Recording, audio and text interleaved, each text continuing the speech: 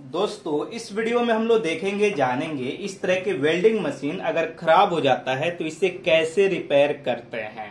ये जो welding machine है इन्वर्टर वेल्डिंग मशीन है। अक्सर लोगों को लगता है कि ये मशीन खराब हो जाएगा तो इसका पार्ट नहीं मिलेगा और ये सही नहीं होगा, इसे फेंकना पड़ेगा, पर ऐसा नहीं है।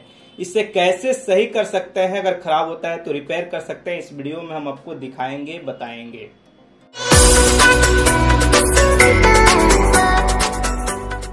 तो जैसे कि हमारे पास यहाँ पे एक वेल्डिंग मशीन है, ये सिंगल फेज का है और इसाब कंपनी का है। इसाब कंपनी छोटी बड़ी हर प्रकार की वेल्डिंग मशीन बनाती है और हर प्रकार का वेल्डिंग मशीन से रिलेटेड मटेरियल्स प्रोडक्ट बनाती है। ये जो सिंगल फेज का हमारा मशीन है इसका मॉडल नंबर ARC200i है, जिसका उपयोग ज्यादातर मार्केट में आपके होते हैं, लोग पर्सनल भी लेते हैं और जो वेल्डिंग शॉप होते हैं छोटे बड़े उस जगह पे इसका उपयोग किया जाता है, क्योंकि ये हल्का होता है और इसे इजीली कहीं भी किसी भी प्रोजेक्ट किसी भी साइड पे लेकर जा सकते हैं और इससे हम लोग काम कर सकते हैं। लेकिन इसके अंदर क्या खराब होता है वो आज हम आपको दिखाने वाले हैं। चाहे मॉडल कोई भी हो, लगभग सब में सेम होता है, दो ही पॉइंट होता है जो आज आपको समझ लेना है और उसके बाद आप इस तरह की मशीन को आप बना सकते हैं। तो चलिए सबसे पहले यहाँ पे हमारे पास बहुत सारे प्रोडक्ट हैं। तो बनाने के लिए इसकी क्वालिटी की बात करें तो जो भी क्वालिटी बनाती है ये अच्छी बनाती है और प्राइस के हिसाब से क्वालिटी के अंदर अंतर होता है, इस बात को ध्यान में रखना है। तो हम यहाँ पे मेन जो पॉइंट है इसके अंदर खराब क्या होता है इसको हम सबसे पहले समझ लेते हैं, उसके बाद एक और दो पॉइंट है जिसको हम आपको समझाएंगे।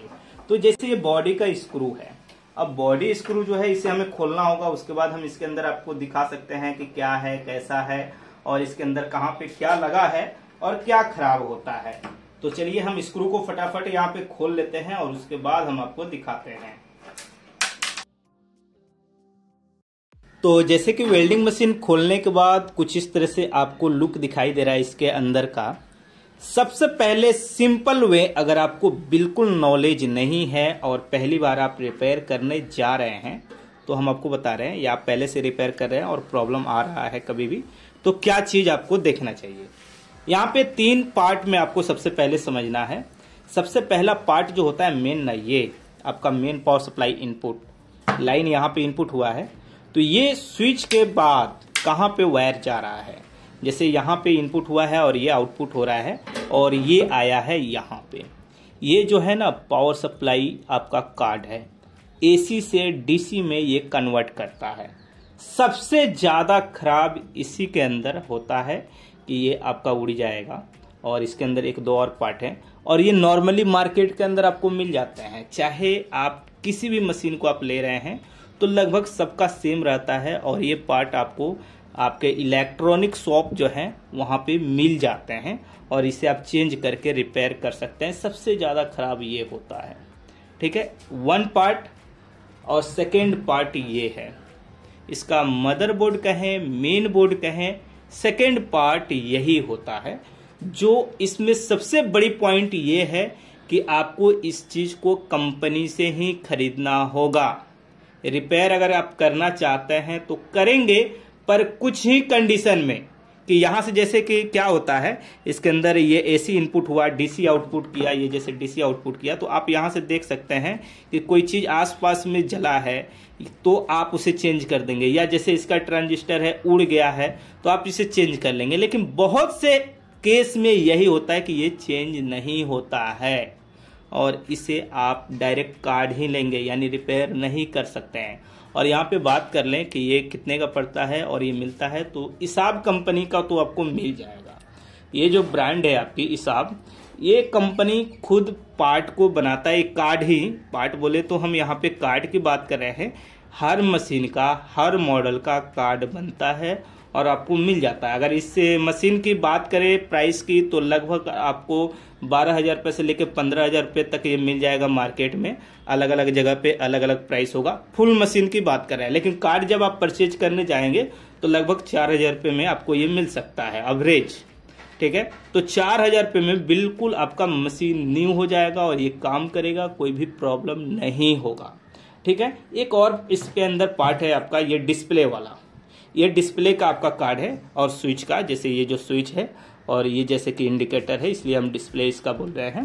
तो 3 पार्ट होता है, लेकिन इसके अंदर कम फॉल्ट आता है आपके आने के लिए, इसमें भी कभी कभी आ जाता है, लेकिन सबसे ज्यादा इसके अंदर होगा। फर्स्ट सबसे ज्यादा परसेंटेज इसके पावर सप्लाई एसी से डीसी करने में, दूसरा आपका इसके अंदर, तीसरा इसके अंदर। तो ये तो कार्ड ही आप मान के चलिए कंपनी से लेंगे और चेंज कर देंगे। अगर आपको नहीं मालूम है कि ये कहाँ से मिलेगा तो बहुत से ऐसे डीलर डिस्ट्रीब्यूटर है इस कंपनी के, आप वहां से ले सकते हैं, या इनके ऑफिशियल वेबसाइट का लिंक मैं आपको वीडियो के डिस्क्रिप्शन में दे दूंगा। आप वहां पे जाएं और वहां पे आपको मिल जाएगा, फॉर्म फिलअप करें, इनसे बात आप कर सकते हैं, आपको कांटेक्ट मिलेगा, उधर से कॉल आएगा और आपको बताया जाएगा कि प्रॉब्लम क्या है और जो आपका कार्ड है वो कैसे मिल सकता है, और आपके पास डिलीवरी का भी ऑप्शन, हर तरह की सुविधा आपको इस कंपनी के अंदर मिल जाता है। अगर इसकी मशीन है तो ऐसे अलग ब्रांड में जाते हैं तो उनका अपना अपना कंडीशन होता है। तो अब यहां पे अगर आपके मन में ये सवाल है कि कोई रिपेयर करके दिखाइए, तो वो भी दिखाएंगे। एक हमारे पास और मशीन है जिसके अंदर फॉल्ट है, तो अभी रिपेयर हम नहीं किए हैं। अगर आप रिक्वायरमेंट करते हैं यानी रिक्वायर आपको है, आप कमेंट कीजिए, मैं आपको रिपेयरिंग और चेंजिंग के साथ एक दिखा दूंगा कि हाँ कैसे आप चेंज कर सकते हैं। लेकिन बहुत से लोग इस चीज को रिपेयर कर रहे हैं और अक्सर लोग यही फेस कर रहे हैं कि इस तरह की मशीन जब भी खराब होती है तो हमें फेंक देना होता है, लेकिन फेंकने की जरूरत नहीं है। दूसरी चीज, एक बहुत बड़ी पॉइंट है, लोगों के माइंड में ये चल रहा है कि ये जो मशीन है ना, इन्वर्टर मशीन इसे कहा जाता है। इन्वर्टर मशीन क्यों कहा जाता है? इसके अंदर इन्वर्टर लगा होता है या इन्वर्टर से चलेगा, ऐसा बिल्कुल नहीं है। इन्वर्टर इसकी टेक्नोलॉजी का नाम है। जैसे जो बड़े बड़े वेल्डिंग मशीन होते थे ना, उन्हीं सब बड़े वेल्डिंग मशीन को ये कन्वर्ट करके छोटा मशीन में बना दिया गया है, इसलिए इसे इन्वर्टर मशीन कहा जाता है। तो चलिए दोस्तों, इस वीडियो में इतना ही। आज का वीडियो का कॉन्सेप्ट हमारा यही था कि मशीन के अंदर अक्सर क्या होता है और खराब क्या होता है। तो ये हमेशा ध्यान रहे कि इसका पावर सप्लाई सबसे ज्यादा खराब होता है, जो एसी से डीसी कन्वर्ट करता है। उसके बाद इसका मदरबोर्ड खराब होता है, तो मदरबोर्ड अक्सर रिपेयर नहीं हो पाता है, आपको कंपनी से लेना पड़ता है। और उसके बाद इसका डिस्प्ले है, तो इसे भी मान लीजिए खराब हो जाए तो रिपेयर हो जाएगा, ये भी आपको अलग से पार्ट मिल जाता है कंपनी में।